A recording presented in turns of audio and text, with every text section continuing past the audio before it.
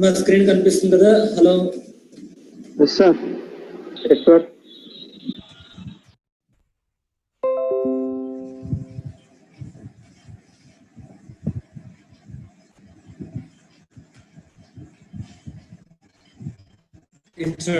Next question, డిమెటలైజేషన్.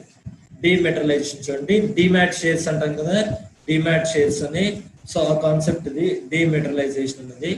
This is dematerialization or demat shares. This is dematerialization or demat shares. Okay.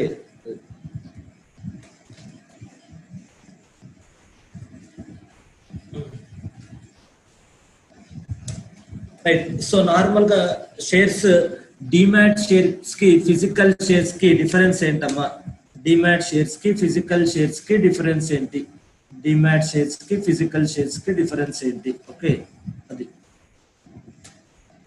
Demat shares కి physical shares కి difference ఏంటి అని చూద్దాం. Okay, physical shares కి demat shares కి difference ఏంటన్నది, physical shares కి demat shares కి డిఫరెన్స్ ఏంటన్నది చూద్దాం. Right. Cash in hand, cash in hand,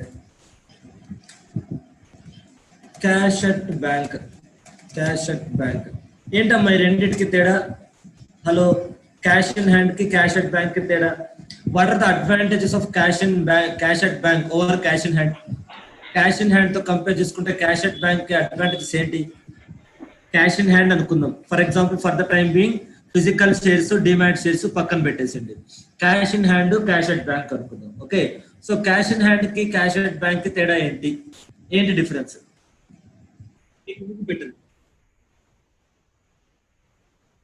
right. So కాబట్టి ఫస్ట్ పాయింట్ ఏంటంటే, క్యాష్ అట్ బ్యాంక్ ఉన్నప్పుడు, క్యాష్ అట్ బ్యాంక్ ఉన్నప్పుడు ఏంటంటే first most important government concern, first most important government concern. ఇక్కడ బ్లాక్ మనీ పాసిబిలిటీ ఉందా? Yes or no? ఎవరి దగ్గర ఎంత క్యాష్ ఉందో తెలియదు కదా, అవునా? Hello. So black money possibility ఉంటుంది. బ్లాక్ మనీ అంటే ఏంటి? ట్యాక్స్ అవాయిడెడ్ మనీ, అంతేనా? Tax avoided money, tax avoided money or illegal money, ఇది ఈ పాసిబిలిటీ ఉంటుంది. అదే క్యాష్ అట్ బ్యాంక్ అనుకోండి, no possibility of detecting. Okay, government can detect the money lying with persons. Okay, it is possible to detect who is holding how much balance. Okay, so possible for the government to detect who is holding how much money, అంతే కదమ్మా? Yes or no? Bank account లో అక్కడ central government ఢిల్లీలో కూర్చొని button click కొడితే తెలిసిపోద్ది Vijay account లో ఎంత ఉంది, రోహిత్ అకౌంట్ లో ఎంత ఉంది, అవునా కదా? హలో. అవును సార్. సో కాబట్టి అదే మీ పాకెట్ లో ఎంత ఉంది అనుకోండి, ఇక్కడే ఉన్న నాకు కూడా తెలియదు మీ పాకెట్ లో ఎంత మంది ఉందండి. అదే బ్యాంక్ అకౌంట్ అనుకోండి, ఇక్కడే ఏంటి ఢిల్లీలో ఉన్న సెంట్రల్ గవర్నమెంట్ కూడా తెలుస్తుంది. క్లిక్ ఆఫ్ బటన్, ఆ రోహిత్ ఫోటో కొట్టండి, విజయ్ ఫోటో కొట్టండి, పాన్ నెంబర్ కొట్టండి, బ్యాంక్ అకౌంట్ లో ఎంత డబ్బులు ఉన్నాయి, అయిపోయింది. సో కాబట్టి అన్అకౌంటెడ్ మనీ అనేది తగ్గుద్ది, ఇది ఒక పాయింట్. నెక్స్ట్ ఇంకా ఏంటి? అది మేజర్ రీజన్ చెప్పేశాను, క్యాష్ ఇన్ హ్యాండ్ కి క్యాష్ ఇన్ బ్యాంక్ కి. ఎందుకంటే ఈ డిఫరెన్స్ మీకు ఎగ్జాక్ట్ గా అర్థమవుతుంది, ఫిజికల్ షేర్స్ కి డిమాట్ చేసుకున్న డిఫరెన్స్ కూడా అర్థమవుతుంది బాగా. రైట్. నెక్స్ట్ ఇంకొకటి ఏంటి? క్యాష్ ఇన్ హ్యాండ్ వల్ల ఉంటే పాసిబిలిటీ మ్యూటిలేటెడ్ గా అవుతుందా? మ్యూటిలేటెడ్ పాసిబిలిటీ ఉందా? మ్యూటిలేటెడ్ ఇంకొక పాసిబిలిటీ. అది కాకుండా ఇంకొక మేజర్ రీజన్ ఏంటంటే ఫేక్ కరెన్సీ ఛాన్స్ ఉందా? Yes or no? దొంగ నోట్లు అంటారు కదా, currency possibility. Okay, fake currency possibility. ఇక్కడ ఫేక్ మనీ రూల్డ్ అవుట్. ఇప్పుడు మీ చేతిలో ఉందనుకోండి, డబ్బులు ఉన్నాయనుకోండి, అది దొంగ నోట్ అయినా ఉండొచ్చు, జెన్యూన్ నోట్ అయినా ఉండొచ్చు. హలో. కానీ మీ బ్యాంక్ అకౌంట్ డబ్బులు కనిపిస్తా అంటే అది నిజంగా ఒరిజినల్ మనీయే కదా. సో కాబట్టి ఎవరైనా మీకు డబ్బులు ఇచ్చారనుకోండి, మీరు ఎలా ఫీల్? క్యాష్ ఇస్తే మీకు ఎవరైనా క్యాష్ ఇచ్చారనుకోండి, ఆ పాసిబిలిటీ ఉంటుంది, అందులో దొంగ నోట్లు ఉండే పాసిబిలిటీ ఉంది. అదే ఎవరైనా మీ బ్యాంక్ అకౌంట్ కి మనీ ట్రాన్స్ఫర్ చేశారనుకోండి, ఆ రిస్క్ ఉండదు కదా. విజయ్ అమ్మాడు, ఒక ల్యాండ్ అమ్మాడు, 2 కోట్లు వచ్చాయి విజయ్కి, క్యాష్ తీసుకురాండి సార్ సూట్ కేసులో అన్నాడు. సో వారు బ్యాగుల్లో తీసుకొచ్చి క్యాష్ తీసుకొచ్చారు. ఎవరికి తెలుసు అందులో ఎంత దొంగ నోట్లు, ఎన్ని ఒరిజినల్ నోట్లు అనేది, అవునా? లాస్ట్ లో కానీ తెలియదు మనకు. అదే బ్యాంక్ అకౌంట్ కి ట్రాన్స్ఫర్ చేశారనుకోండి, నో ప్రాబ్లం, వాడు క్లియర్ గా 2 కోట్లు మనకి ఇచ్చేసినట్టే, మనం మళ్ళీ రిస్క్ లో పడ్డాం అనమాట. అదొక పాసిబిలిటీ. ఓకే, నెక్స్ట్ తర్వాత ఏంటి పాసిబిలిటీ? మిటిలేషన్ అంటే ఏంటి? క్యాష్ తడిచిపోవచ్చా? అవునా? తడిచిపోవడము లేకపోతే లేక చినిగిపోవడం ఇలాంటివన్నీ అవుతాయి కదా. మిటిలేషన్ అంటే తడిచిపోవడం కానీ, వర్షంలో తడిచిపోవడం కానీ, చినిగిపోవడం కానీ, ఏదైనా పసుపు కుంకుమ ఏదైనా పడడం కానీ, సంథింగ్ అలా డ్యామేజ్ అయ్యే ఛాన్స్ ఉంది. అవునా? Mutilation or damage possibility. అవునా?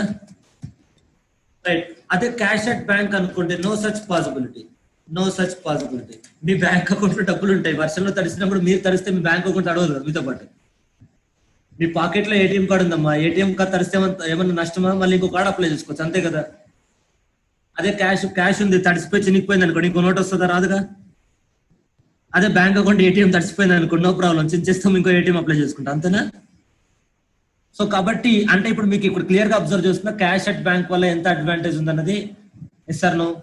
మోస్ట్ ఎస్పెషల్లీ గవర్నమెంట్ కే కాదు, మనకు కూడా చాలా అడ్వాంటేజ్ ఉంది. క్యాష్ అట్ బ్యాంక్ కి చాలా అడ్వాంటేజ్ ఉంది అనమాట.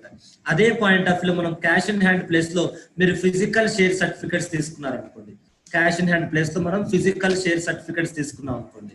Okay,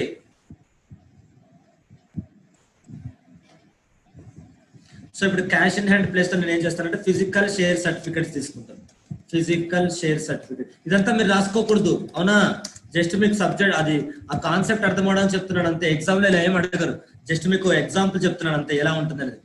right. Physical share certificates కి దానివల్ల డిసడ్వాంటేజ్ ఏంటంటే government cannot know, there is a possibility of true owner hiding, possibility of true owner concealing, possibility of true owner concealment, possibility of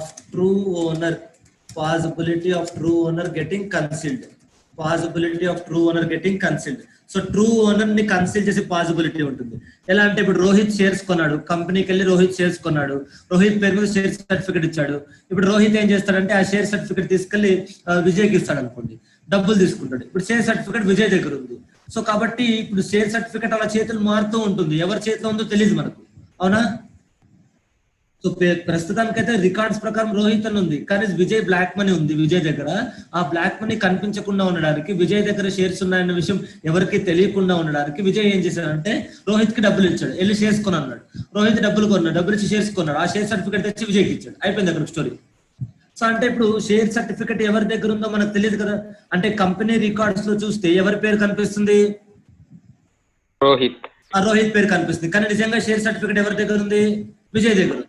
so అంటే true owner ని cancel చేశారా? Yes or no? So ఆ possibility ఉంటుంది అన్నమాట physical share certificates లో. అదే demat form అనుకోండి, demat share certificate లో ఆ పాసిబిలిటీ ఉంటుంది. అదే డిమాట్ షేర్స్ అనుకోండి, that possibility will be ruled.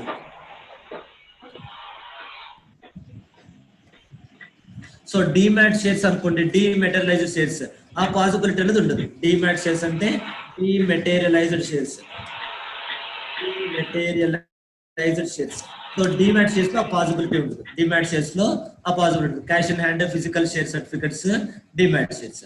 Okay, so demat shares లో అయితే ఆ పాసిబిలిటీ లేదు. Okay, that is the point. So demat shares అంటే ఏంటి? So demat shares true owner can be traced. Okay, true owner can be traced. So demat ఎలాగైతే నేను మీకు చెప్పానో, డిమాట్ షేర్స్ అని బ్యాంక్ క్యాష్ అట్ బ్యాంక్ ఎలా ఉంటుందో డిమాట్ షేర్స్ కూడా అలాగే ఉంటాయి. అంటే ఏంటి? మీరు బ్యాంక్ అకౌంట్ ఓపెన్ చేస్తుంటే డిమాట్ అకౌంట్ ఓపెన్ చేయాలి, మీరు షేర్స్ కొంటే ఆ డిమాట్ అకౌంట్ లో కనిపిస్తాయి. మీకు ఇంటికి ఏం షేర్ సర్టిఫికేట్ రాదు, మీకు జస్ట్ బ్యాంక్ అకౌంట్ లో కనిపిస్తాయి అంతే. సో కాబట్టి true owner can be detected. So our government can detect who is holding how much shares, అది ఎవరు ఎన్ని షేర్స్ కొంటున్నారు అనేది గవర్నమెంట్ డిటెక్ట్ చేయొచ్చు. అర్థమైందా? ఇది ఓన్లీ మీకు డిమాట్ షేర్స్. ప్రస్తుతం మార్కెట్ లో అన్ని డిమాట్ షేర్స్ ఉన్నాయి కాబట్టి డిమాట్ షేర్స్ ఎందుకు గవర్నమెంట్ ఎంకరేజ్ చేస్తుందని మీకు ప్రాక్టికల్ నాలెడ్జ్ కోసం చెప్తున్నాను. ఈ టేబుల్ మీకు అసలు ఎగ్జామ్ లో అవసరం లేదు, కింద ఏది ఉందో చదువుకుంటే చాలు. కానీ కంప్లీట్ గా ప్రాక్టికల్ నాలెడ్జ్ తెలియకుండా మీరు అంత బ్లైండ్ గా ఉండలేరు. జస్ట్ ఫర్ నాలెడ్జ్ సేక్ చెప్తున్నాను, ఏమా? అర్థమైందా? వరీ అవ్వకండి, ఎగ్జామ్ లో రాదు. ఓకే, సో కాబట్టి ట్రూ ఓనర్ ని డిటెక్ట్ చేయొచ్చు, గవర్నమెంట్ కి తెలుస్తుంది ఎవరి అకౌంట్ లో ఎన్ని షేర్స్ ఉన్నాయని తెలుస్తుంది. ఓకే, సో ఇప్పుడు ఇంత ముందు అయితే షేర్ సర్టిఫికేట్ కాబట్టి రోహిత్ తీసుకెళ్లి విజయ్కి ఇచ్చిన విషయం ఎవరికి తెలియదు. కానీ ఇప్పుడు రోహిత్ అకౌంట్ లో నుంచి విజయ్ అకౌంట్ లోకి మనీ ట్రాన్స్ఫర్ అయినప్పుడు తెలిసిపోతే కదా ప్రస్తుతం ఎవరి దగ్గర మనీ ఉందని, అవునా? సో కాబట్టి రోహిత్ అకౌంట్ నుంచి విజయ్ అకౌంట్ కి షేర్స్ ట్రాన్స్ఫర్ అయిపోగానే ఇప్పుడు ఆటోమేటిక్ గా విజయ్ బ్యాంక్ అకౌంట్ లో కనిపిస్తాయి డబ్బులు. రోహిత్ విజయ్ క్యాష్ ఇస్తే ఎవరికి తెలియదు విజయ్ దగ్గర క్యాష్ ఉందన్న విషయం. అదే రోహిత్ షేర్స్ బ్యాంక్ అకౌంట్ లో ట్రాన్స్ఫర్ చేశారు అనుకోండి, క్లియర్ గా తెలిసిపోతుంది. రోహిత్ బ్యాంక్ అకౌంట్ లో పడుతుంది, రోహిత్ ఇంట్లో లేకుండా బ్యాంక్ అకౌంట్ లో పడుతుంది, అప్పుడు ఆటోమేటిక్ గా తెలిసిపోతుంది, డిమాట్ చేస్తే తెలిసిపోతుంది. అది కాబట్టి that is the concept. Next ఇక్కడ ఫేక్ సైజ్ కరెన్సీ పాసిబుల్ గా ఉన్నట్టుగానే ఫోర్జెడ్ షేర్ సర్టిఫికెట్స్ కూడా పాసిబుల్ అవుతుంది. ఫోర్జెడ్ షేర్ సర్టిఫికెట్స్ కూడా పాసిబుల్ అవుతుంది. ఫోర్జెడ్ షేర్ సర్టిఫికెట్స్ పాసిబుల్ అవుతుంది అంటే బయట ఎవరైనా ఎలాగైతే దొంగ నోట్లు ప్రింట్ చేస్తారో అలా ఫేక్ సర్టిఫికెట్స్ ప్రింట్ చేయొచ్చు. కంపెనీలో ఉన్న ఎంప్లాయీసే డబ్బులు తీసుకుంటారు, ఫేక్ సర్టిఫికెట్స్ ప్రింట్ చేస్తారు. మీకు తెలియదు, కంపెనీ రికార్డ్స్ మీ పేరు ఉండదు. మీకేమో వాళ్ళు షేర్ సర్టిఫికెట్ ఇచ్చింటారు కానీ కంపెనీ రికార్డ్స్ మీ పేరు ఉండదు. మీరు రేపు పొద్దున ఎప్పుడైనా డివిడెండ్ కోసం షేర్ సర్టిఫికెట్ చూపిస్తే అసలు మేము ఇది ఇవ్వలేదు అంటారు, మేము ఇది ఇవ్వలేదు అంటాడు. అలాంటి చాలా జరుగుతుంటాయి. సో కాబట్టి ఫోర్జెడ్ షేర్ సర్టిఫికెట్స్ పాసిబిలిటీ ఉంటుంది. ఇక్కడ ఫోర్జెడ్ షేర్ సర్టిఫికెట్స్ పాసిబిలిటీ ఉంటుంది. ఇక్కడ ఫిజికల్ షేర్ సర్టిఫికెట్స్ లో ఫోర్జెడ్ షేర్ సర్టిఫికెట్స్ పాసిబిలిటీ ఉంటుంది. Okay right. అలాగే కానీ డిమాట్ షేర్స్ లో పాసిబిలిటీ ఉండదు. డిమాట్ షేర్స్ లో పాసిబిలిటీ ఉండదు ఎందుకంటే బ్యాంక్ అకౌంట్ లో ట్రాన్స్ఫర్ అయిన మనీ కదా, ఇంకా అక్కడ ఫిజికల్ గా క్యాష్ ఉంటేనే ఫోర్జెడా కాదా అని చెప్పుకోవడానికి. ఇప్పుడు రోహిత్ విజయ్కి అమ్మకుండానే విజయ్ అకౌంట్ ఆటోమేటిక్ గా డబ్బులు రావు, ఫేక్ గా అకౌంట్ క్రియేట్ చేయడానికి లేదు. సో కాబట్టి ఇక్కడ ఏంటంటే no issue of forged fake share holding cannot be possible. Fake share holding is avoided. Fake share holding is avoided. అది ఫేక్. ఒకరికి డిమాట్ అకౌంట్ లో షేర్స్ కనిపించాయంటే వాడు నిజంగా ఓనర్ అని అంతే. ఒకరి దగ్గర షేర్ సర్టిఫికేట్ ఉంటే వాడు ఓనర్ కావచ్చు కాకపోవచ్చు, ఎందుకంటే అది ఒరిజినల్ షేర్ సర్టిఫికేట్ అవ్వచ్చు, డూప్లికేట్ అవ్వచ్చు. ఒకరి దగ్గర షేర్ సర్టిఫికేట్ ఉంటే అతను ఓనరే అన్న గ్యారంటీ లేదు, అది డూప్లికేట్ షేర్ సర్టిఫికేట్ కూడా అవ్వచ్చు. కానీ ఒకరి బ్యాంక్ అకౌంట్ లో డబ్బులు ఉంటే అతను ఓనరే, నిజంగా అతని దగ్గర డబ్బులు ఉన్నట్టే అది. సో కాబట్టి ఫేక్ షేర్ హోల్డింగ్ అనేది ఉండదు. డిమాట్ అకౌంట్ లో షేర్స్ ఉన్నాయంటే అది రియల్ షేర్సే. సో ఇది కాబట్టి ఇక్కడ ఎలాగైతే మ్యూటిలేషన్ ఆర్ డిమేజ్ పాసిబిలిటీ ఉంటుందంటే క్యాష్ సర్టిఫికెట్ షేర్ సర్టిఫికెట్ ఏమవుతుంది? Share certificate can be damaged or mutilated. Share certificate can be damaged or mutilated. అది డ్యామేజ్ అవ్వచ్చు లేదా మిటిలేట్ అవ్వచ్చు. Can be damaged or mutilated. అది షేర్ సర్టిఫికెట్ అనేది damage అవ్వచ్చు లేదా మిటిలేటెడ్ అవ్వచ్చు. Okay, that is the point. Share certificate అనేది డ్యామేజ్ అవ్వచ్చు, మిటిలేట్ అవ్వచ్చు. Okay, that is the point. No such possibility ఇక్కడ. సో క్యాష్ అట్ బ్యాంక్ లో ఆ పాసిబిలిటీ లేదు. సో కాబట్టి since the shares are held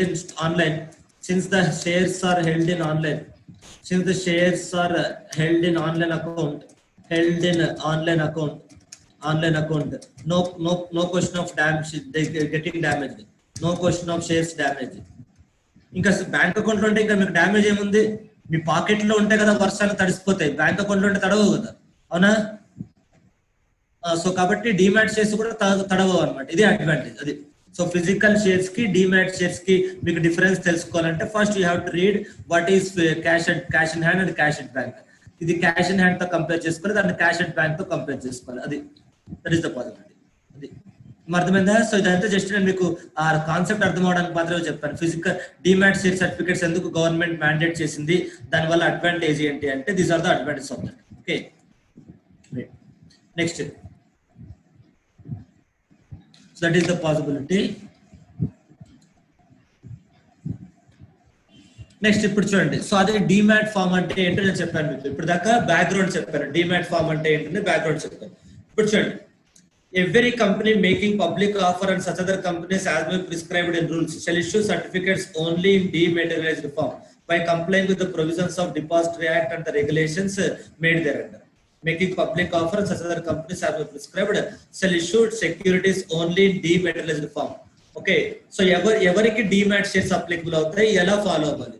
So applicability, so everiki applicable avutayi? Companies making public offer and other prescribed companies. So who has to comply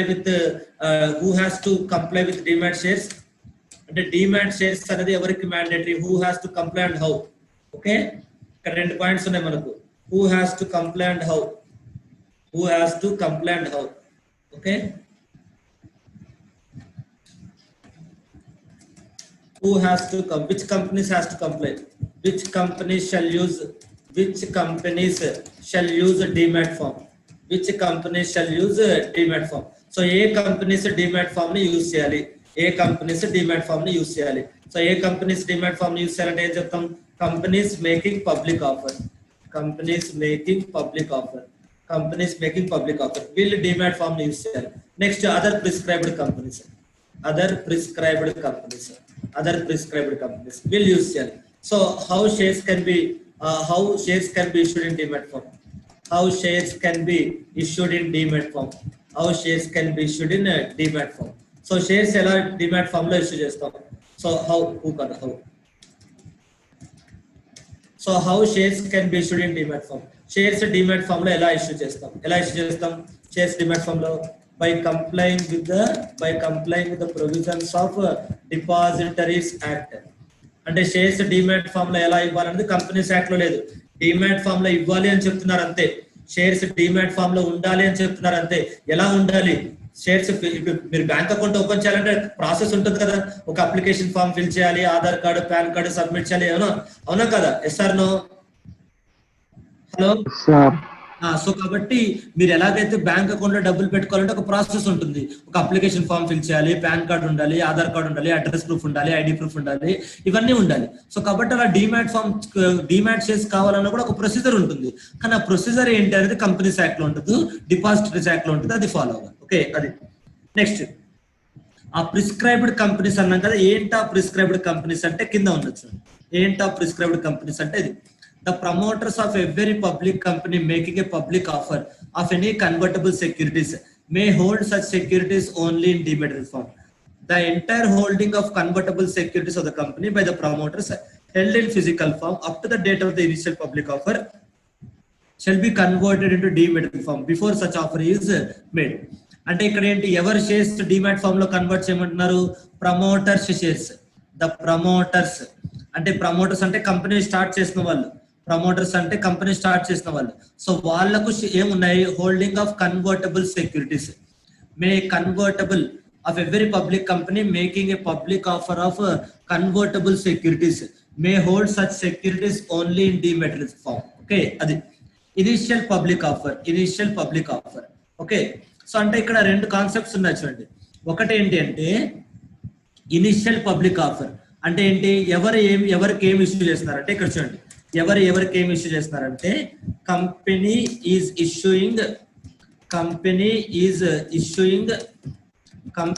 issuing convertible securities for the first time to the public. Okay, అర్థమైందమ్మా? Company public first time convertible securities ఇస్తున్నారు. Convertible securities అంటే ఏంటమ్మా, what is mean by convertible securities? Convertible preference shares, debentures etcetera. Securities, debentures or bonds, bonds or preference shares which are convertible into equity shares. అదే కదమ్మా convertible securities అంటే. Convertible securities అంటే ఏంటి, preference shares, equity shares, debentures, bonds. So debentures, bonds, preference shares, equity shares కి convert చేసే for the first time to the public. అది అంటే ఇక్కడ ఏమైంది, కన్వర్టబుల్ సెక్యూరిటీస్ పబ్లిక్ కి ఇష్యూ చేస్తున్నారు, ఎవరు, కంపెనీ. అయితే ఇప్పుడు ఏంటంటే ప్రమోటర్స్, కంపెనీ పబ్లిక్ కి ఇప్పుడు ఇష్యూ చేస్తున్నారు ఫస్ట్ టైం, కానీ కంపెనీ స్టార్ట్ అయిపోయింది ఆల్రెడీ. కంపెనీ ఇష్యూ చేస్తారంటే కంపెనీ ఉండాలి కదా first of all. Yes or no? Company has already issued convertible securities to public, convertible securities to promoters. So company issued convertible securities to promoters, అది first point. Company issued convertible securities to promoter. Later on, company is issuing convertible securities to the public. Public issue చేస్తున్నారు. So అయితే ఇప్పుడు ఇక్కడ point ఏంటంటే before public issue the convertible securities allotted by the company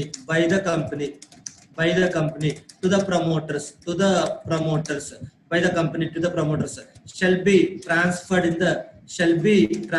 to demat form, shall be converted into demat form. shall be converted into dematerialized form.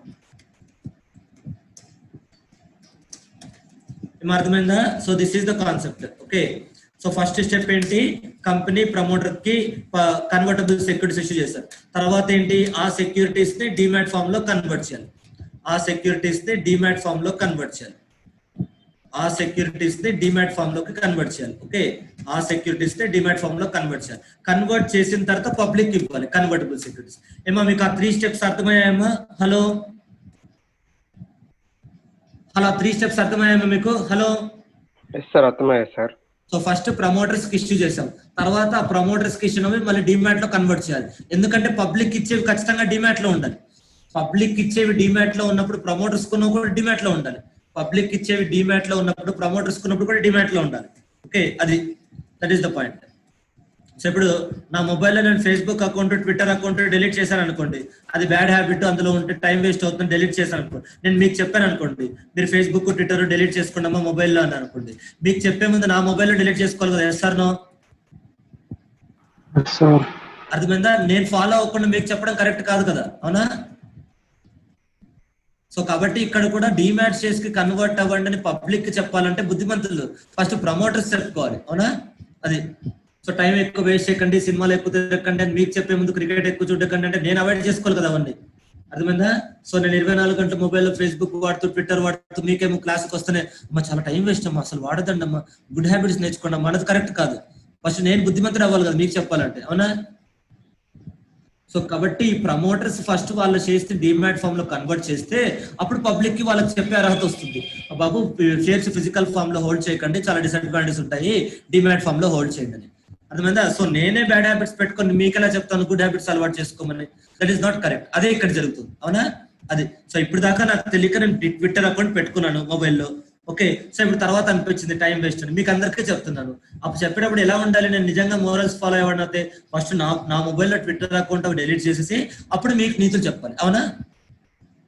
So అలాగే company కూడా first convertible securities issue చేశారు physical form లో, తర్వాత అది disadvantage అనిపించింది కాబట్టి ఇప్పుడు first దాన్ని డిమాట్ ఫామ్ లో కన్వర్ట్ చేసి అప్పుడు పబ్లిక్ ఇష్యూ చేసేవి కన్వర్ట్ చేయాలి. ఓకే, అది.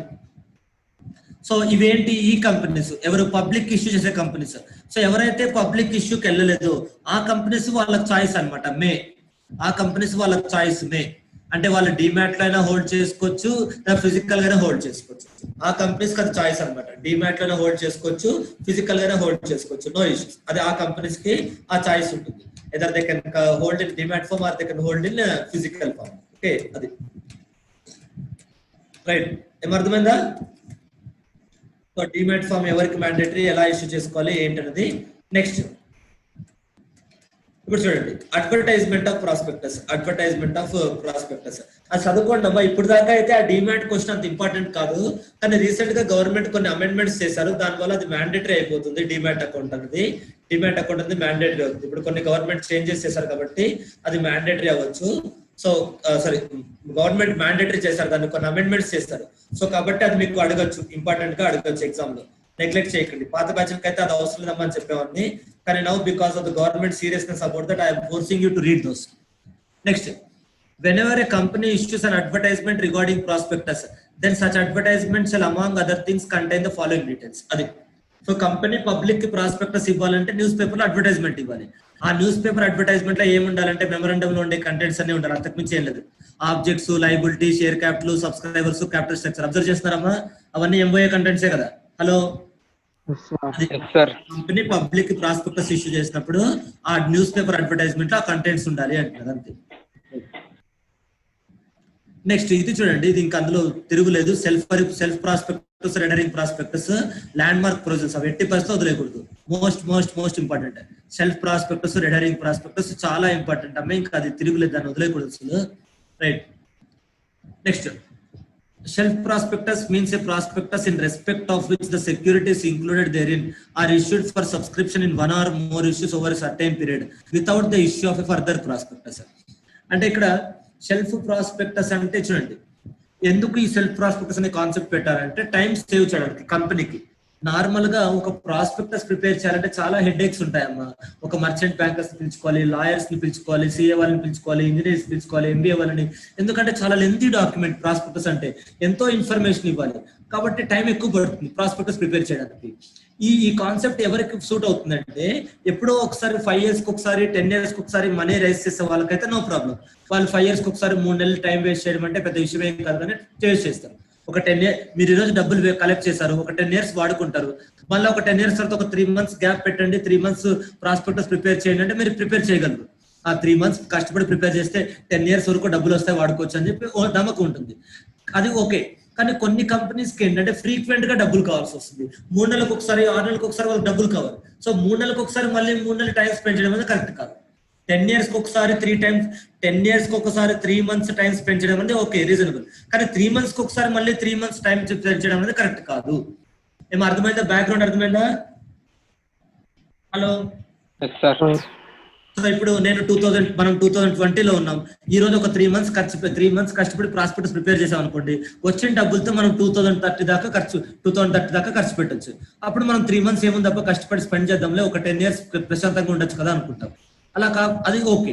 అలా కాకుండా ఈ రోజు నేను డబ్బులు కలెక్ట్ చేసుకున్నాను, నాకు అయిపోతాయి ఆ డబ్బులు, మళ్ళీ సెప్టెంబర్ లో మళ్ళీ ఇంకొకసారి పబ్లిక్ వెళ్ళాలి. ఇప్పుడు ఆగస్టు, సెప్టెంబర్, అక్టోబర్ ఈ 3 నెలలు కూర్చొని ప్రాస్పెక్టస్ ప్రిపేర్ చేశారు, డబ్బులు వచ్చాయి, వాడుకున్నాను, మళ్ళీ డిసెంబర్కి అయిపోయాయి ఆ డబ్బులు. మళ్ళీ డిసెంబర్, జనవరి, ఫిబ్రవరి మళ్ళీ 3 నెలలు కూర్చోవాలా? వస్తే డబ్బులు మళ్ళీ జనవరికి అయిపోతాయి. అంటే అక్కడ రిపీటెడ్ గా మనీ కావాలి అనుకున్నప్పుడు ఈ 3 months అనేది టైం వేస్ట్ కదమ్మా, అవునా కదా? హలో.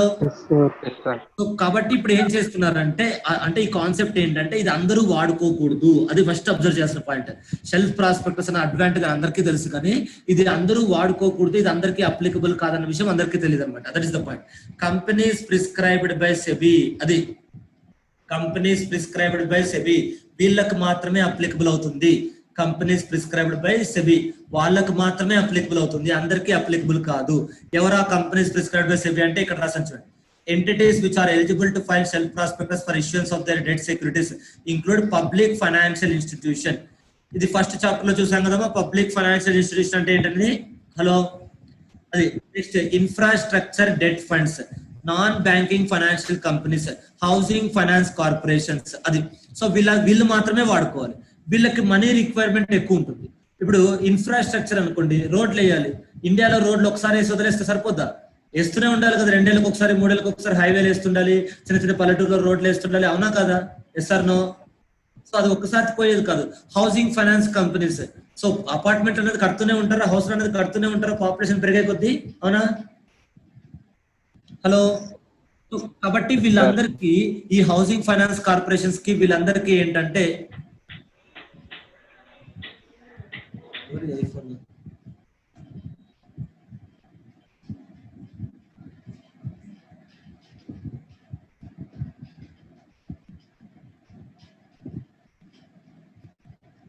రైట్. సో అంటే వీళ్ళందరికీ మనీ రిక్వైర్మెంట్ చాలా ఫ్రీక్వెంట్ గా ఉంటుంది, సో కాబట్టి అప్పుడు వాళ్ళు ఏం చేస్తారంటే, మనీ రిక్వైర్మెంట్ ఫ్రీగా ఉంటుంది కాబట్టి వాళ్ళు ఒక్కసారి ప్రాస్పెక్టస్ ప్రిపేర్ చేస్తారు. ఆ 1 year లో ఎన్నిసార్లైనా వాడుకుంటారు, ఎన్నిసార్లైనా పబ్లిక్ ఇష్యూకి వెళ్తారు, మళ్ళీ సపరేట్ గా ప్రాస్పెక్టస్ అవసరం లేదు. చూడండి, one or more issues without further prospectus. One or more issues without further prospectus. అంటే ఇక్కడ చూడండి, మోర్ ఇష్యూస్, ఎవరు వీళ్ళు? So 1 or more issues without further prospectus. 1 or more issues without further prospectus. 1 or more issues without further prospectus. 1 or more issues without further prospectus 1 year. అంటే వీళ్ళకి 1 year time ఇస్తున్నాం. ఎవరికి 1 year time ఇస్తున్నాము? Hello, ఎవరమ్మా ఇది? IPhone Ravi అనా? Hello, who is this iPhone name?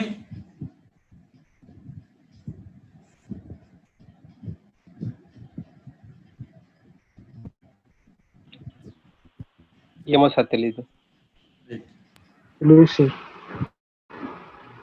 Okay, done. చూద్దాం, తర్వాత చూద్దాం. Okay, done. నెక్స్ట్ సో అది 1 year అనమాట. Such self prospectus is valid for a period of 1 year. అంటే చూడండి నేను బోర్డ్ లో పెట్టిన చూడండి, ఒక 1 year వరకు మీరు ఎన్నిసార్లు ఇవ్వండి, ఒకసారి ఇవ్వండి, అంతకన్నా ఎక్కువ సార్లు ఇవ్వండి, 1 time 2 time 3 times ఎన్నిసార్లు ఇవ్వండి 1 year లో.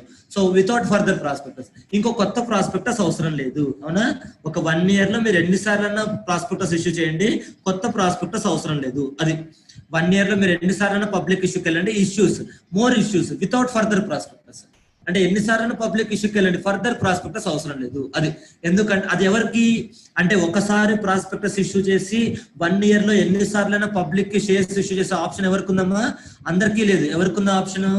కంపెనీస్ ప్రిస్క్రైబ్డ్ బై సెబీ, వీళ్ళకి మాత్రమే ఉంది ఈ ఆప్షన్. ఓకే, అది నెక్స్ట్ అదే మా పైన షెల్ఫ్ ప్రాస్పెక్టస్ అంటే అది. So shelf prospectus is a prospectus issued by the companies prescribed by SEBI. Shelf prospectus is valid for 1 year. During the validity period of 1 year, a company can make more public issues without issuing prospectus for every issue. Okay, by issuing prospectus one time, a company can make public issue multiple times. Adi prospectus okkasari issue chesi multiple times public kellochu. Adi that is the point. Next adi so self prospectus ante adi that is the point. Ante entamma companies prescribed by SEBI, next 1 year validity, more issues, 1 or more issues without further prospectus. Aa points good pettukunte chalu. Next అయితే ఇప్పుడు ఈ information memorandum ఏంటంటే changes చూడండి, changes between two offers, changes between two offers, changes between two offers. Infrastructure ఏంటంటే ఇది information memorandum అంటే ఏంటంటే changes between two offers, changes between two offers. If there is any changes in the financial position of the company or any new charges are created between two offers, then a document called information memorandum containing the details of such changes shall be filed with the ROC. Changes between two offers అంటే first time prospectus issue చేశారు, బానే ఉంది. Second time prospectus అవసరం లేదు మళ్ళీ, కానీ first time కి second time కి మధ్యలో ఏదైనా కంపెనీలో చేంజెస్ జరుగుంటాయి కదా చిన్నవన్నా. Yes or no? Hello, so జనవరి లో మీరు ప్రాస్పెక్టస్ ఇష్యూ చేశారు, బానే ఉంది. మార్చ్ లో మీరు మళ్ళీ పబ్లిక్ షేర్స్ ఇష్యూ చేస్తున్నారు. మరి జనవరిలో ఇష్యూ చేసిన తర్వాత మార్చ్ లో మళ్ళీ కొత్త ప్రాస్పెక్టస్ ఇవ్వకపోయినా ఈ జనవరి నుంచి మార్చ్ మధ్యలో కొత్తగా జరిగిన చేంజెస్ జనవరిలో ఇచ్చిన ప్రాస్పెక్టస్ లో ఉండవు కదా. కామన్ సెన్స్ ఏనా? జనవరి నుంచి మార్చ్ లో జరిగిన చేంజెస్ జనవరిలో ఉన్న ప్రాస్పెక్టస్ ఎలా ఉంటాయి? ఉండవు. సో కాబట్టి ఈ 2 నెలల చేంజెస్ అంటే జనవరిలో విజయ్ పర్చేజ్ చేశాడమ్మా, ప్రాస్పెక్టస్ చదివి విజయ్ పర్చేజ్ చేశాడు, అయిపోయింది. మార్చ్ లో మళ్ళీ రోహిత్ పర్చేజ్ చేయాలనుకున్నాడు, బానే ఉంది. జనవరిలో కంపెనీ విజయ్కి ఏదైతే ప్రాస్పెక్టస్ ఇచ్చిందో మార్చ్ లో రోహిత్ అదే ఇస్తే కరెక్ట్ కాదు కదా. ఈ 2 నెలల్లో ఎక్స్ట్రా చేంజెస్ ఉంటాయి కదా, అవునా? సో ఫస్ట్ విజయ్ పర్చేజ్ చేశాడు జనవరిలో, కంపెనీ ఒక ప్రాస్పెక్టస్ ఇష్యూ చేసింది. మళ్ళీ మార్చ్ లో వచ్చి రోహిత్ పర్చేజ్ చేస్తున్నాడు ఇంకో shares. So second time offer లో ఇప్పుడు రోహిత్ కి అదే ప్రాస్పెక్టస్ ఇవ్వచ్చు, కొత్తది ఇవ్వాల్సిన అవసరం లేదు. కానీ రోహిత్ కి 2 మంత్స్ లో ఉన్న చేంజెస్ మిస్ అవుతాయి కదా, అవునా? సో కాబట్టి ఏంటంటే ఆ changes between two offers separate document లో ఇవ్వాలి, దాన్నే ఇన్ఫర్మేషన్ మెమరాండం అంటాం. అది ఫస్ట్ ఆఫర్ కి సెకండ్ ఆఫర్ కి మధ్య ఉన్న చేంజెస్ సపరేట్ గా ఒక డాక్యుమెంట్ లో ఇవ్వాలి, దాన్నే ఇన్ఫర్మేషన్ మెమరాండం అంటాం. అది సో ఆ ఇన్ఫర్మేషన్ మెమరాండం ఎలా ఉండాలంటే ఫామ్ నెంబర్ PAS2 లో ఉండాలి. ఇన్ఫర్మేషన్ మెమరాండం ఈ ఫార్ములా2 లో ఉండాలి. ఫైల్డ్ విత్ ROC ఫైల్ చేయాలి. అది పబ్లిక్ ఇవ్వడానికి 1 month కన్నా ముందు ROC ఫైల్ చేయాలి. పబ్లిక్ ఇవ్వడానికన్నా 1 month ముందు ROC ఫైల్ చేయాలి. Filed with ROC within 1 month prior to issue. Filed with ROC within 1 month prior to the issue. Public ఇవ్వడానికన్నా ముందు ROC ఫైల్ చేయాలి. నెక్స్ట్ ఇష్యూ చేసిన తర్వాత వాళ్ళ దగ్గర నుంచి మనీ కలెక్ట్ చేసుకుంటాం. ఎవరికైనా చేంజెస్ నచ్చకపోతే, ప్రాస్పెక్టస్ లో ఉన్న చేంజెస్ నచ్చాయి కానీ ఇన్ఫర్మేషన్ మెమరాండం లో చేంజెస్ ఎవరికైనా నచ్చలేదు అనుకోండి, వాళ్ళు ఏం చేస్తారంటే వాళ్ళ అప్లికేషన్ వాళ్ళు విత్డ్రా చేసుకోవచ్చు. వాళ్ళ అప్లికేషన్ వాళ్ళు విత్డ్రా చేసుకుంటే వాళ్ళ మనీ వాళ్ళకి రీఫండ్ ఇస్తారు అనమాట. అది సో చేంజెస్ జరగక ముందు ఎవరి నుంచైనా మీరు మనీ కలెక్ట్ చేసుకుని ఉంటే ఇప్పుడు ఆ చేంజెస్ వాళ్ళకి చెప్పాలి, బాబు మీకు చేంజెస్ చెప్పకుండా మేము మనీ కలెక్ట్ చేసుకున్నాము అంటే. ఇన్ఫర్మేషన్ మెమరాండం ఇవ్వకుండా, ఇన్ఫర్మేషన్ మెమరాండంలో చేంజెస్ ఉన్నాయి, ఆ చేంజెస్ ఎవరికైనా ఇవ్వకుండా పొరపాటున ఎవరైనా మీకు డబ్బులు కట్టేశారు అనుకోండి. ఆ రోహిత్ డబ్బులు కట్టేశాడు, కంపెనీ మీద నమ్మకంతో రోహిత్ డబ్బులు కట్టేశాడు. ఇంకా కంపెనీ ఇన్ఫర్మేషన్ మెమరాండం ఇవ్వలేదు రోహిత్ కి, ప్రిపేర్ చేస్తూనే ఉన్నారు. రోహిత్ ఏంటంటే కంపెనీ మీద నమ్మకంతో డబ్బులు కట్టేశాడు. జనవరి వరకు విజయ్ దగ్గర ఉన్న ప్రాస్పెక్టస్ చూసి డబ్బులు కట్టేశాడు. తర్వాత ఏమైందంటే ఈ 2 months లో చేంజెస్ వచ్చాయి. ఈ 2 months లో చేంజెస్ వస్తే రోహిత్ కి ఆ విషయం తెలిసింది, అరే ఈ చేంజెస్ వచ్చాయా, ఇప్పుడు కంపెనీ పొజిషన్ బాగాలేదా అనుకుంటాడు. కాబట్టి ఇప్పుడు ఏంటంటే అప్లికేషన్ విత్డ్రా చేసుకోవచ్చు. అది చేంజెస్ కంపెనీ ఇంటిమేట్ చేయకముందు చూడండి, బిఫోర్ హ్యాపెనింగ్ ఆఫ్ చేంజెస్ అంటే ఆ చేంజెస్ జరగక ముందు కంపెనీ ఎవరి నుంచి అయితే మనీ కలెక్ట్ చేసుకుందో వాళ్ళకి ఆప్షన్ ఇవ్వాలి. వాళ్ళకి ఇన్ఫార్మ్ చేయాలి company. The applicant must be intimated as the changes happen. అది చేంజెస్ జరగక ముందు ఎవరి నుంచి అయితే డబ్బులు కలెక్ట్ చేశామో వాళ్ళకి చెప్పాలి, బాబు ఇలాంటి చేంజెస్ వచ్చాయని వాళ్ళకి చెప్పాలి. వాళ్ళకి నచ్చితే కంటిన్యూ అవుతారు, లేకపోతే విత్డ్రా చేసుకుంటారు. వాళ్ళ షేర్ అప్లికేషన్ వాళ్ళు విత్డ్రా చేసుకుంటారు. విత్డ్రా చేసుకుంటే విత్ ఇన్ 15 days వాళ్ళ డబ్బులు వాళ్ళకి తిరిగి ఇచ్చేయాలి, అంతే. అది మనము చేంజెస్ జరగక ముందు ఎవరి నుంచి అయితే కంపెనీ మనీ కలెక్ట్ చేసుకుందో వాళ్ళకి ఆ చేంజెస్ ని ఇంటిమేట్ చేయాలి. అది ఫస్ట్ పాయింట్. ఇంటిమేట్ చేస్తే తర్వాత ఏం చేస్తారు, వాళ్ళకి నచ్చకపోతే వాళ్ళ అప్లికేషన్ విత్డ్రా చేసుకుంటారు. అప్లికేషన్ విత్డ్రా చేసుకుంటే విత్ ఇన్ 15 days లో కంపెనీ వాళ్ళకు రీఫండ్ ఇవ్వాలి. అది దట్ ఈస్ ద పాయింట్. అర్థమైందా? So changes happened, company collected money, after that company intimated changes to the person who paid money, that the person who paid money withdraws the application form and company has to refund the money within 30 days. Within 30 days లో 15 days లో company ఆ మనీని refund చేయాలి. Okay, అది that is the concept. అది అర్థమైనమ్మా? అక్కడ sequence ఏంటి, changes జరిగాయి, ఫస్ట్ చేంజెస్ హ్యాపెండ్, చేంజెస్ జరిగాయి, బానే ఉంది. Okay, money paid by share applicant, money paid by share applicant, money paid by share applicant without knowing changes, without knowing changes, without knowing changes. Company intimated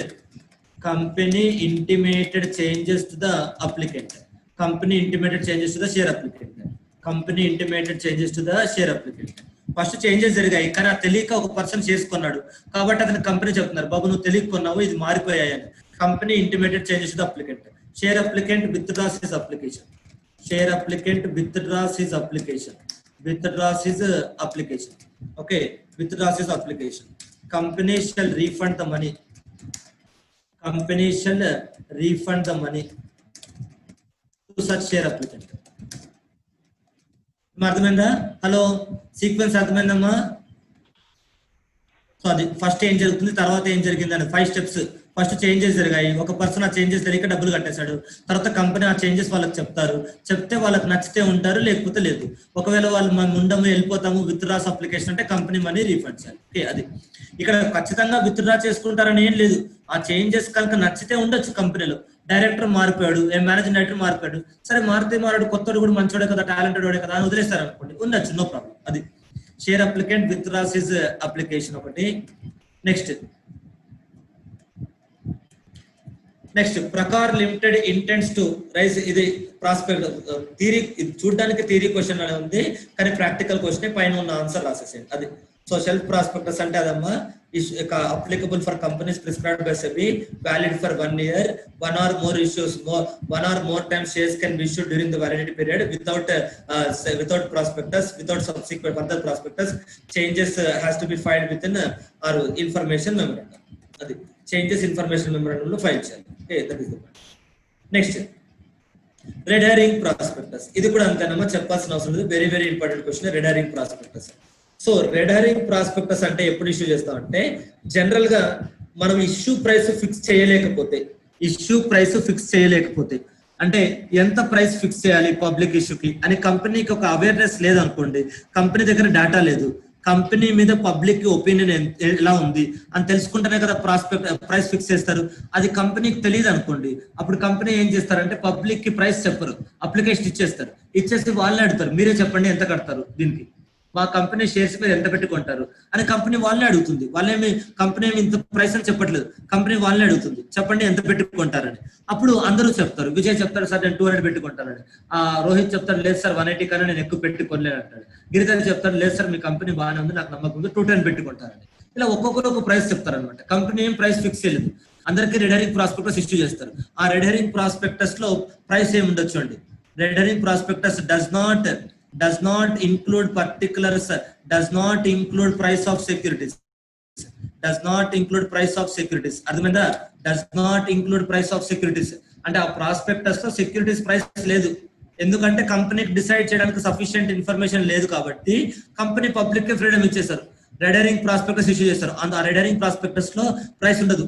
right, next అయితే ఇప్పుడు public నుంచి వచ్చిన opinion base చేసుకుని ఈ red herring prospectus public issue చేయాలి అంటే 3 days before filed with ROC, at least 3 days before the opening of the subscription list. అంటే public ROC file చేసి 3 days తర్వాత పబ్లిక్ ఇవ్వాలి, ROC ఫైల్ చేసి 3 days తర్వాత పబ్లిక్ ఇవ్వాలి, అట్లీస్ట్ 3 days బిఫోర్. ఆర్ఓసికి ఫైల్ చేయాలి ఫస్ట్, తర్వాత 3 days తర్వాత పబ్లిక్ ఇవ్వాలి. అది ఆర్ఓసికి ఫైల్ చేసి విత్ ఇన్ 3 days లో పబ్లిక్ ఇవ్వాలి. నెక్స్ట్, సో అది ఏ ప్రాస్పెక్టస్ అయినా సరే, మెయిన్ ప్రాస్పెక్టస్ అయినా రెడరింగ్ ప్రాస్పెక్టస్ అయినా ఫస్ట్ ఆర్ఓసికి ఫైల్ చేయాలి, తర్వాతే పబ్లిక్ ఇవ్వాలి. Okay, that is the point. Next అది, సో ఆర్ఓసికి ఫైల్ చేసిన తర్వాత పబ్లిక్ ఇవ్వాలి.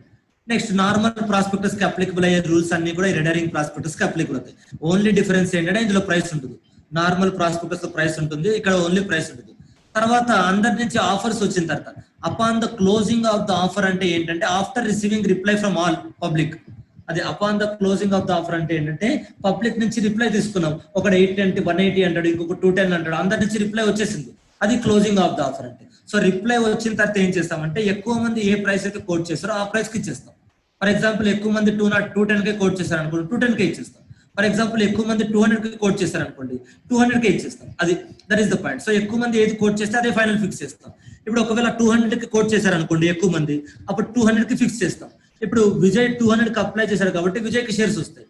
గిరిధర్ ఏం చెప్పాడు, Giridhar is ready to pay 210, Giridhar 210 rupees pay చేస్తానన్నాడు. అప్పుడు గిరిధర్ కూడా షేర్స్ ఇస్తారు, కానీ 200 చార్జ్ చేయాలి. గిరిధర్ ఇవ్వడానికి రెడీగా ఉన్నాడు కానీ ఎక్కువ తీసుకోకూడదు, తీసుకుంటే అందరి దగ్గర ఒకటే తీసుకోవాలి, గిరిధర్ 210 ఇచ్చి పెట్టుకుంటాను అన్నాడు, విజయ్ 200 అన్నాడు, కాబట్టి 200 ప్రైస్ ఫిక్స్ చేసాం. కాబట్టి గిరిధర్ కూడా 210 కే ఇవ్వాలి, అంటే 10 రూపీస్ గిరిధర్ రీఫండ్ ఇవ్వాలి, మనం 210 కే అలాట్ చేయాలి. రోహిత్ కి అయితే అసలు షేర్స్ ఇవ్వరు, ఎందుకంటే రోహిత్ 180 కదా అన్నాడు, వాడు 180 కన్నా నేను ఎక్కువ పెట్టి కొన్నాను అన్నా సార్ కదా, మరి 200 కి ఎలా కొంటాడు, వాడికి షేర్స్ రావు, రోహిత్ కి షేర్స్ రావు అలా.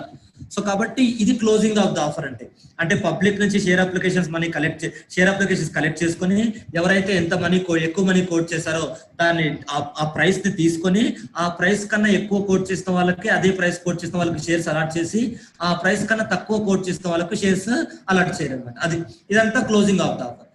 ఈ ప్రాసెస్ అంతా ఏమవుతుందంటే, ఈ ప్రాసెస్ అన్నిటిని ఏమంటారంటే బుక్ బిల్డింగ్ ప్రాసెస్ అంటారు.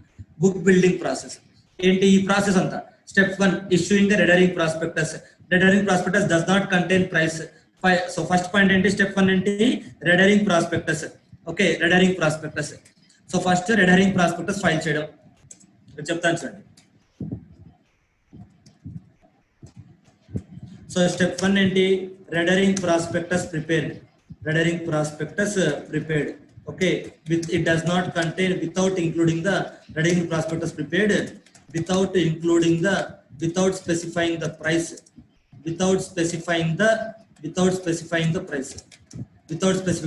అంటే ప్రైస్ చెప్పకుండా రెడరింగ్ ప్రాస్పెక్టస్ ఇష్యూ చేసాం. తర్వాత నెక్స్ట్ ఏం చేయాలి, red herring prospectus filed with ROC. Next step 3 ఏంటి, red herring prospectus issued to the public. Okay, next step 4 ఏంటి, receiving quotations from the public, receiving price quotations from the public, public నుంచి price quotations receive చేసుకోవడం. Next step 5 ఏంటి, public నుంచి finalization of issue price. Issue price finalize చేస్తాం, ఏది ఎక్కువైతే అది issue finalize చేస్తాం. ఇష్యూ ప్రైస్ ఫైనలైజ్ చేసిన తర్వాత preparing final prospectus containing the number issue price and the number of shares allotted. So issue price ఏంటి, ఎన్ని షేర్స్ అలాట్ చేసాము, అవన్నీ ప్రాస్పెక్టస్ లో ఉంటాయి. Step 7 filing prospectus with ROC. ఈ 7 స్టెప్స్ అర్థమయ్యామా? హలో, ఈ 7 స్టెప్స్ కి ప్రాసెస్ కి మనం పేరు పెట్టిందే బుక్ బిల్డింగ్ ప్రాసెస్. అంటే ఆ 7 స్టెప్స్ ఒక ప్రాసెస్, ఆ ప్రాసెస్ మనం ఒక నామకరణం చేసాం. ఏంటా నామకరణం అంటే బుక్ బిల్డింగ్ ప్రాసెస్. అది ఆ 7 స్టెప్స్ కి మనం కామన్ గా ఇచ్చిన నేమ్ ఏంటంటే బుక్ బిల్డింగ్ ప్రాసెస్. అది సో కాబట్టి ఫైనల్ ప్రాస్పెక్టస్ ఆర్ఓసికి ఫైల్ చేస్తాం, ఫైనల్ ప్రాస్పెక్టస్ కూడా ఆర్ఓసికి ఫైల్ చేయాలి. అంటే ఆర్ఓసికి రెడరింగ్ ప్రాస్పెక్టస్ ఫైల్ చేయాలి, ఫైనల్ ప్రాస్పెక్టస్ ఫైల్ చేయాలి. ఆర్ఓసికి రెడరింగ్ ప్రాస్పెక్టస్ ఫైల్ చేయాలి, ఫైనల్ ప్రాస్పెక్టస్ కూడా ఫైల్ చేయాలి. That is the point. Okay, అది next that is filing prospectus with the ROC. అది ఆర్ఓసికి ఫైల్ చేయాలి, రెడరింగ్ ప్రాస్పెక్టస్ ఫైనల్ ప్రాస్పెక్టస్ రెండు ఫైల్ చేయాలి. ఓకే, అదే my very important. Shelf prospectus, red herring prospectus అవన్నీ కూడా మోస్ట్ ఇంపార్టెంట్ పాయింట్స్ అవి. ఓకే,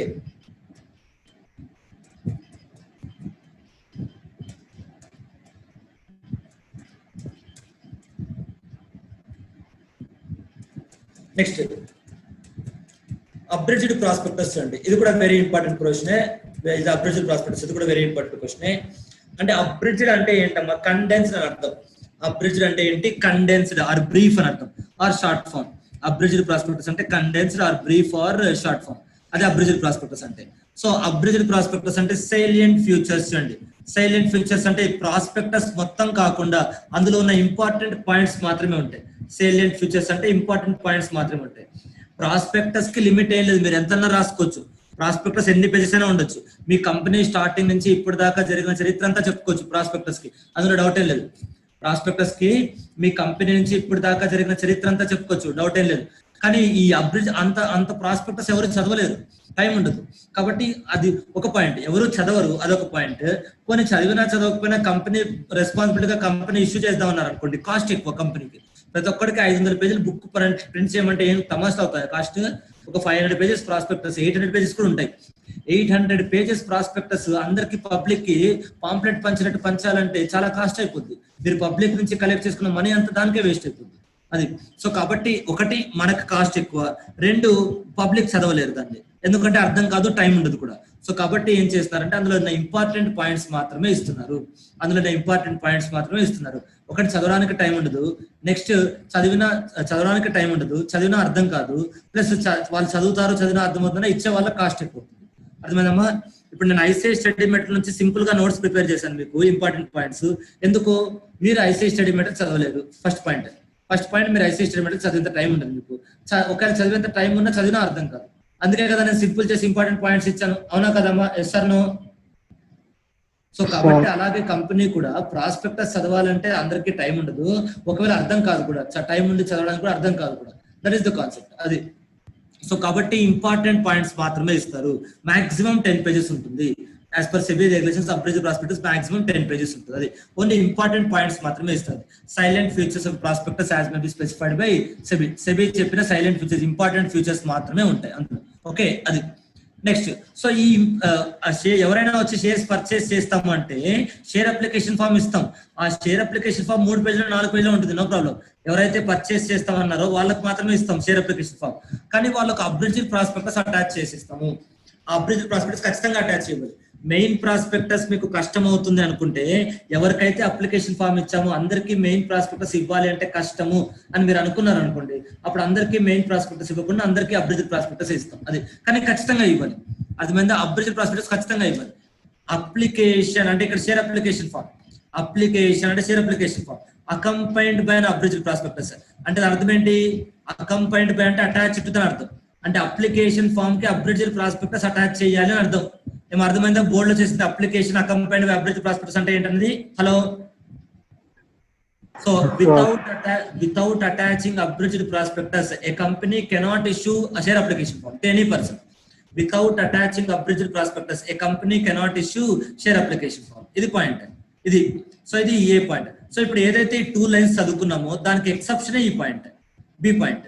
బిలో ఏం రాసుకున్నామో మనం? బిలో ఏం రాసుకున్నాం చూడండి, అబ్రిడ్జ్డ్ ప్రాస్పెక్టస్ వేవ్డ్ అని రాసామా? వేవ్డ్ అంటే అవసరం లేదు కదా అర్థం, ఎస్ ఆర్ నో? సో ఇక్కడ పైన ఏమని రాసాము? షెల్ అన్నాం, ఖచ్చితంగా ఇవ్వాలి అని రాసాం, ఖచ్చితంగా ఇవ్వాలి అని రాసాం. దానికి ఇదే ఎక్సెప్షన్స్ అనమాట, దానికి ఇదే ఎక్సెప్షన్స్. వేవర్ ఎప్పుడు అప్లికబుల్ కాదు, అబ్రిడ్జ్డ్ ప్రాస్పెక్టస్ అనేది ఎప్పుడు అప్లికబుల్ కాదు. Okay, in the following cases the application form need not be accompanied by abridged prospectus. అంటే ఈ కేసెస్ లో అప్లికేషన్ అక్కడ షెల్ అకంపైన్ ఉంది, ఇక్కడ నీడ్ నాట్ అకంపైన్ ఉంది. అర్థమవుతుందమ్మా? షెల్ బి అకంపైన్డ్ ఉంది, ఇక్కడ నీడ్ నాట్ బి అకంపైన్డ్ ఉంది. ఓకే, సో అక్కడ షెల్ బి అకంపైన్డ్ ఉంది అంటే ఖచ్చితంగా ఇవ్వాలి అంటున్నాం, ఇక్కడేమో ఇవ్వాల్సిన అవసరం లేదు అంటున్నాం. ఏంటి? అండర్ రైటర్స్ కి. అండర్ రైటర్స్ కి పబ్లిక్ షేర్స్ కొనకపోతే అండర్ రైటర్సే కదా కొనాలి, ఎస్ ఆర్ నో? సో కాబట్టి అండర్ రైటర్స్ కి షేర్ అప్లికేషన్ ఫామ్ ఇచ్చినప్పుడు పబ్లిక్ కొనలేదు మీరే కొనండి అని అండర్ రైటర్స్ కి షేర్ అప్లికేషన్ ఫామ్ ఇచ్చినప్పుడు దానికి అబ్రిడ్జ్డ్ ప్రాస్పెక్టస్ అవసరం లేదు. ఓకే, ఎందుకంటే ప్రిపేర్ చేసేదే వాళ్ళు, ప్రాస్పెక్టస్ ప్రిపేర్ చేసేదే వాళ్ళు, కాబట్టి వాళ్ళకి అబ్రిడ్జ్డ్ ప్రాస్పెక్టస్ అవసరం లేదు.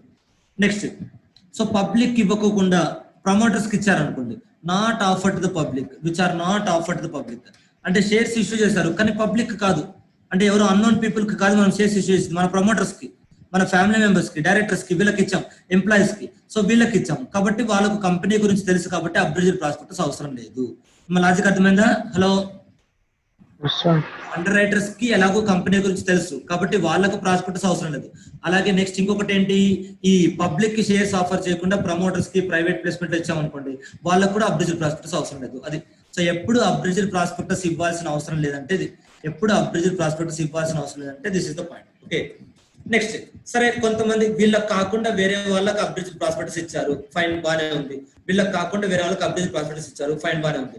ఇప్పుడు ఆ ఎవరైతే అబ్రిజిడ్ ప్రాస్పెక్టస్ చదివారో వాళ్ళు వచ్చి అడిగారు అనుకోండి, నాకు కొత్త ప్రాస్పెక్టస్, నాకు ఫుల్ ప్రాస్పెక్టస్ కావాలి, అబ్రిజిడ్ ప్రాస్పెక్టస్ వద్దు అని, అలా అడిగిన వాళ్ళకి మాత్రమే ఇవ్వాలి. మీరు వచ్చి అడిగారు అనుకోండి, సార్ మీకు నాకు మీ షార్ట్ నోట్స్ వద్దు, మాకు స్టడీ మెటీరియల్ పంపించండి సార్, అది చదువుకుంటాము, మాకు చాలా మిస్ అవుతాయి, మాకు ప్రొఫెషనల్ గా ఉండదు అన్నారు అనుకోండి, ఇస్తాను, నాదేం పోయింది. అలా ఎవరైనా వచ్చి రిక్వెస్ట్ చేస్తేనే ఇస్తాను. అర్థమైందా? హలో. Yes, sir. సో కాబట్టి ఎవరైనా వచ్చి అడిగారు అనుకోండి, సార్ మాకు అబ్రిజిడ్ ప్రాస్పెక్టస్ సరిపోవట్లేదు, దాంట్లో ఇన్ఫర్మేషన్ సరిగ్గా అర్థం అవ్వట్లేదు, మొత్తం ఫుల్ ఫ్లెడ్జ్ ఒక ప్రాస్పెక్టస్ ఇవ్వండి అని అడిగారు అనుకోండి, అప్పుడు వాళ్ళకి ఇవ్వాలి. ఎవరికి, అందరికీ కాదు, ఓన్లీ రిక్వెస్ట్ ఎవరైతే చేశారో వాళ్ళకే ఇవ్వాలి, అందరికీ ఇవ్వకూడదు. ఓకే, అది. నెక్స్ట్, ఎవరైనా డిఫాల్ట్ చేస్తే 50,000 పెనాల్టీ, అంతే. కంపెనీలో ఉన్న డైరెక్టర్స్, అకౌంటెంట్స్ ఎవరు ఫ్రాడ్ చేసినా, ఆడిటర్ ఫ్రాడ్ చేసినా, ఎవరు చేసినా 50,000 account, 50,000 account. Okay, so this is abridged prospectus అమ్మా. ఒకసారి చదువుకోండి ఆ క్వశ్చన్స్. డిమాట్ షేర్స్ ఒకటి, అడ్వర్టైజ్మెంట్ ఒకటి, షెల్ఫ్ ప్రాస్పెక్టస్ ఒకటి, రెడరింగ్ ప్రాస్పెక్టస్ ఒకటి, అబ్రిజిడ్ ప్రాస్పెక్టస్ ఒకటి. ఇవన్నీ కూడా ఇంపార్టెంట్. మేబీ ఫస్ట్ 2 వదిలేచ్చు మీరు, డిమాట్ ఫామ్ అమెండ్మెంట్స్ లేకపోతే ఫస్ట్ 2 వదిలేచ్చు, డిమాట్ ఫామ్ వీలు. తర్వాత ఇప్పుడు అన్ని చదవాల్సి వస్తుంది, ఏంటంటే shelf prospectus, red herring prospectus, everything you have to read. అది, that is the point. Okay, ఒకసారి చదువుకోండి అమ్మా, ఇది abridged prospectus, you can read this. ఏమైనా డౌట్స్ ఉంటే టుమారో డిస్కస్. ఓకే, ఓకే అమ్మా, బాయ్ బాయ్, సీ యూ.